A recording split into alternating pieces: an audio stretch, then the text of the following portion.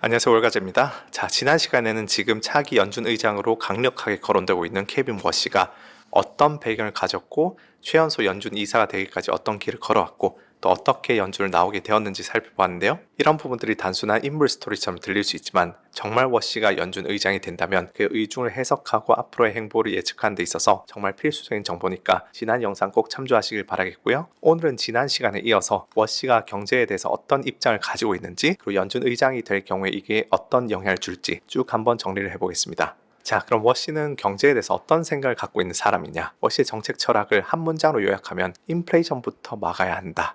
근데 연준이 다른 곳에 한눈이 팔려 있다는 것입니다. 연준이 너무 이것저것 다 달성하려 하다 보니까 인플레이션이라는 핵심 임무를 소홀히 했다는 것이죠. 이런 관점에서 보면 워시가 양적 완화를 그토록 반대했던 이유가 명확해집니다.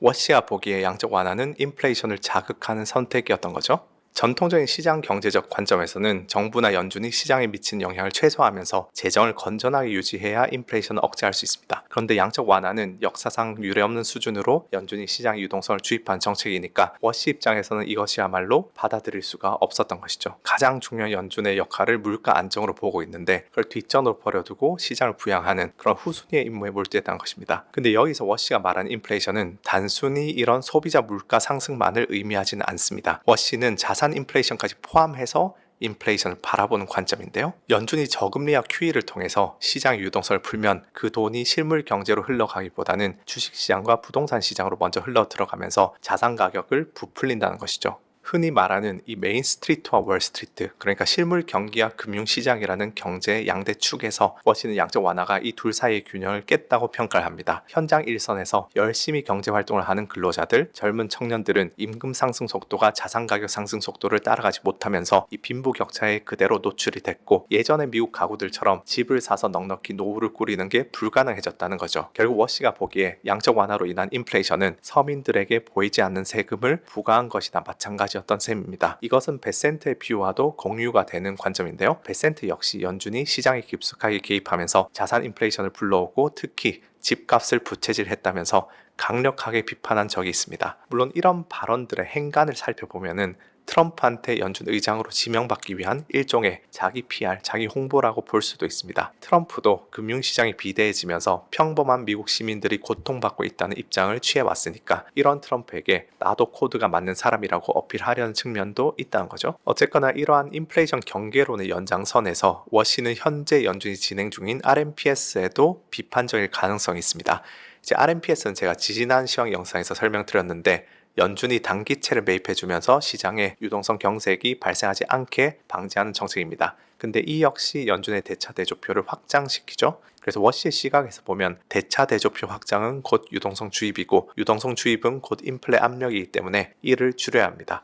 이런 점을 무시하고 연준이 대차 대조표를 계속 늘리는 것은 인플레이션을 유발시켜서 자산 시장만 배를 불리게 만들고 빈부격차는 키우는 것이기 때문에 그 반대로 해야 오히려 실물 경제를 부양할 수 있다는 것이죠. 그렇다면 워시가 극단적인 매파적인 사람이냐? 그럼 지금 오히려 워시가 의장이 되면은 금리 인상을 해서 무조건 자산 가격을 붕괴시켜야 한다고 주장한 사람이냐 하면 그렇지는 않습니다. 오히려 지금은 금리 인하를 지지하고 있는 입장인데요. 언뜻 들으면 이게 되게 모순처럼 들릴 수 있습니다. 그렇게 금리를 인하하면 마찬가지로 인플레를 부추기는 것이 아니냐 생각할 수가 있죠. 근데 여기서 워시만의 독특한 논리가 등장합니다. 워시가 말하는 핵심은 앞서 말씀드린 대차 대조표의 축소가 핵심이라는 것인데요. QT를 재개해서 대차 대조표를 먼저 줄이면은 금리를 낮출 수가 있다는 것입니다. 실제로 팍스와의 인터뷰에서 워시는 연준이 대차 대조표를 줄이면은 금리를 크게 인하할 수 있으며 이를 통해서 모기지 금리도 낮추면서 가계가 내 집 마련을 하는 것을 지원할 수 있다고 말했습니다. 이 부분을 좀 더 상세하게 풀어보면 이렇습니다. 연준이 보유한 국채나 MBS를 시장에 매각하거나 혹은 만기 도래했을 때 재투자를 하지 않으면은 대차 대조표가 축소가 되겠죠? 그럼 당연히 시중의 유동성 환경은 빡빡해지게 됩니다. 이렇게 되면 우선은 워시가 바라는 대로 인플레이션도 하락하게 될 가능성이 높은데요. 이렇게 인플레이션이 더 이상 걱정거리가 아니게 되었을 때 그때 비로소 금리 인하를 해서 일반 가계와 기업들을 지원한다는 것이 워시의 구상입니다. 그래서 워시의 표현을 빌리자면 윤전기를 조금 더 조용히 돌리면 오히려 금리를 낮출 수가 있다는 거죠. 반대로 표현하면은 지금 대차대조표를 계속 윤전기를 막 엄청 시끄럽게 틀어놓으니까 그것 때문에 인플레이션이 높아지고 장기금리도 높아진다는 거죠. 그래서 구체적으로는 워시는 재무부와 협력하면서 시장과 잘 커뮤니케이션 하면은 대차대조표를 무려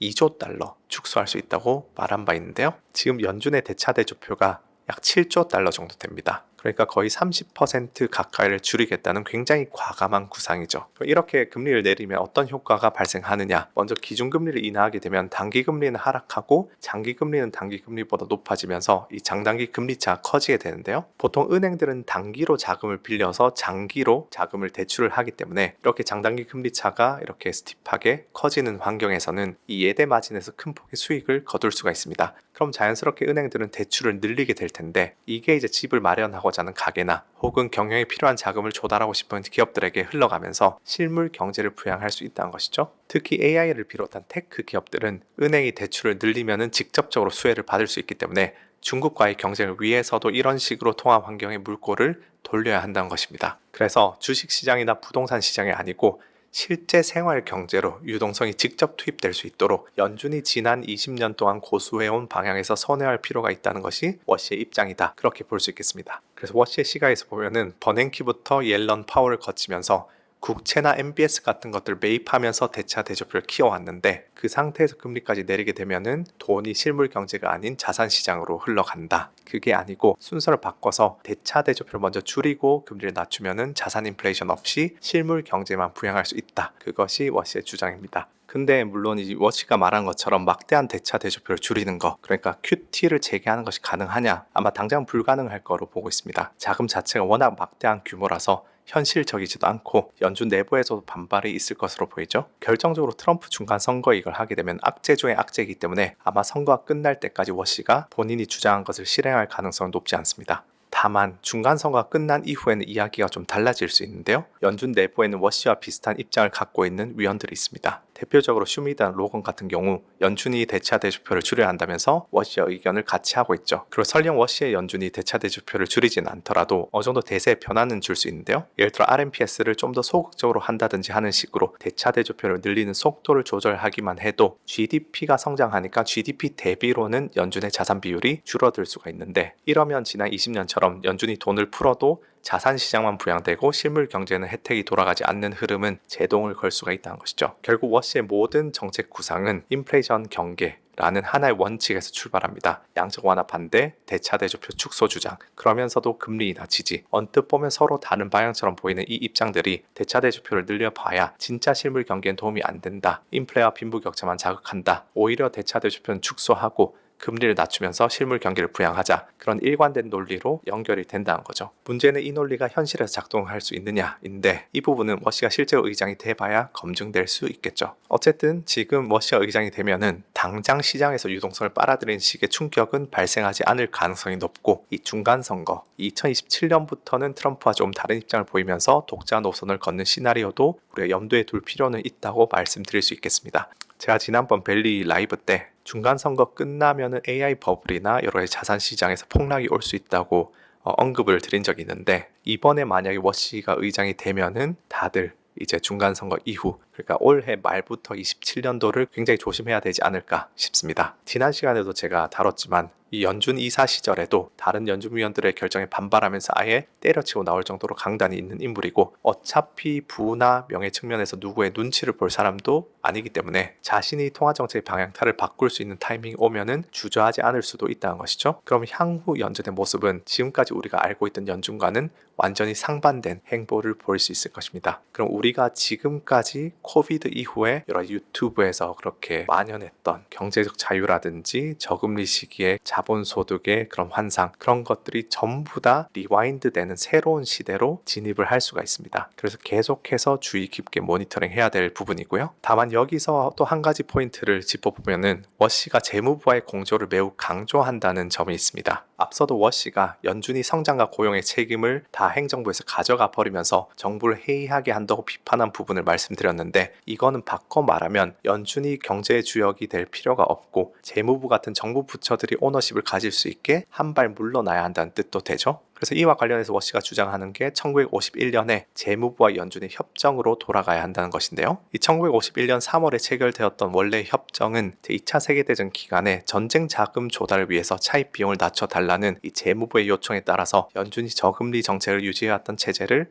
종료시켰던 협정입니다. 이 시점을 기점으로 연준이 기준금리를 변경하고 물가 안정에 집중할 수 있게 된 것이죠. 그래서 워시가 지금 이 1951년의 협정을 말하는 것은 결국은 재무부와 연준이 합의를 해서 연준의 역할 범위를 줄여야 한다는 뜻이라고 정리할 수 있는데요. 연준은 물가 안정과 재정적자 확대 억제 라는 핵심 임무만 집중해야 한다는 것입니다. 제가 이전부터 여러 번 이제는 통화정책의 시대에서 재정정책의 시대로 마켓 레짐이 바뀌었다 그런 말씀을 드린 적이 있는데 워시는 오히려 그런 변화를 긍정한 입장이라고 할 수 있습니다. 심지어 워시는 재정정책이 주도권을 잡으면서 국가 부채가 늘어나는 것도 위험이라 할 수 있지만 그것보다도 훨씬 더 위험한 게 중앙은행이 사실상 재정정책의 영역까지 가져가 버리는 이 통화 지배 이 통화 지배가 더 위험하다고 말하기까지 했습니다. 그리고 이런 입장은 베센트와도 입장이 비슷하기 때문에 워시가 연준 의장이 된다면 재무부와 연준의 역할 조정에 있어서 소통이 원활하게 이루어질 수도 있습니다. 그래서 재정정책이 메인이 되는 트럼프 행정부의 기조에 발을 맞추면서 베센트와 협의를 통해서 대차 대조표만 적절히 관리해 나가는 그런 온건한 행보를 보일 가능성도 있겠죠. 그래서 아까 전에 제가 27년도에 조심해야 된다는 거는 절망편, 그리고 지금 말씀드리는 거는 희망편이다.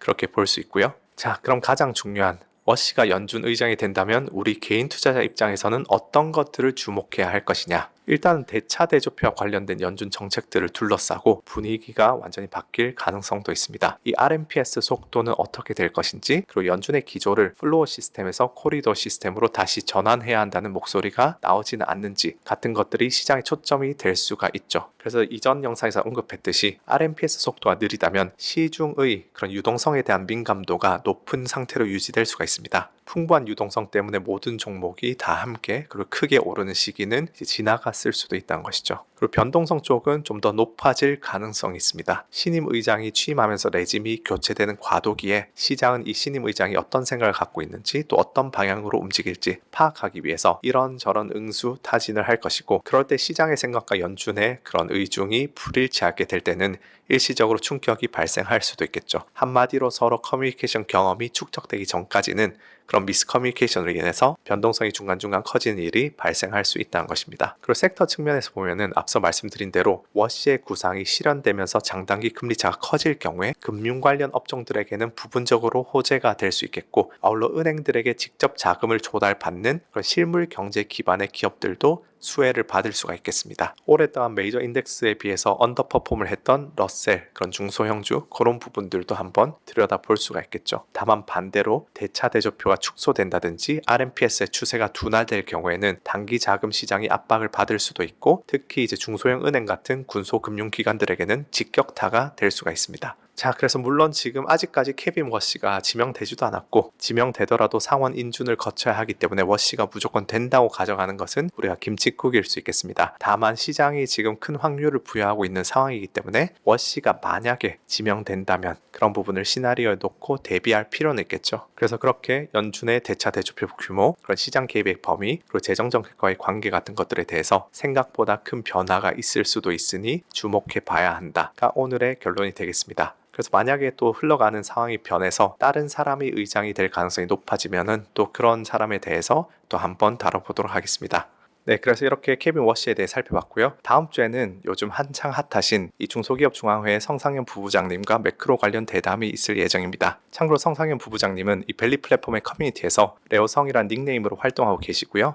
이 안에 매크로 비욘드라는 벨리 스페이스도 운영하고 있으니까 이걸 보시는 벨리 참가자분들은 들어가셔서 정말 좋은 인사이트 많이 얻어 가시면 좋겠습니다. 그리고 성상현 부부장님이 이 벨리 인사이트 쪽 분석 대회에도 이렇게 비트코인에 대한 투자 논리라든지 또 S&P 500이나 이런 구리에 대한 목표가도 제시하시고 정말 좋은 분석들을 계속 올려주고 계십니다. 그래서 지금 이런 모든 것들을 다 포함한 이 벨리 AI 플랫폼의 베이직 플랜을 연결제 하실 경우에 지금 월 24,000원에 구독할 수 있는 신년 프로모션을 진행 중이고요. 이번 주에는 또 홍진채 대표님의 투자 거장 시리즈가 아카데미에 론칭이 됐습니다. 지금 세스 클라만, 워런 버핏, 미너비니, 하워드 막스 등등 20명이 넘는 거장들에 대해서 무려 77개 영상들이 다 준비가 돼 있고요. 이런 것들 다 합쳐서 월 2만 원대이기 때문에 한번 들여다보시면 적어도 구독료의 한 10배 이상은 얻어가실 수 있지 않을까 싶습니다. 그래서 지금 프로모션에 추가적으로 24만 포인트도 증정해 드리는 게 있으니까 고정 댓글 참조하셔서 한번 가입해 보시면 좋을 것 같고, 그럼 저희도 이런 콘텐츠 만드는데 많은 힘이 될 것 같습니다. 자, 그럼 오늘도 감사했고요. 다음 시간에 또 좋은 영상으로 찾아뵙겠습니다.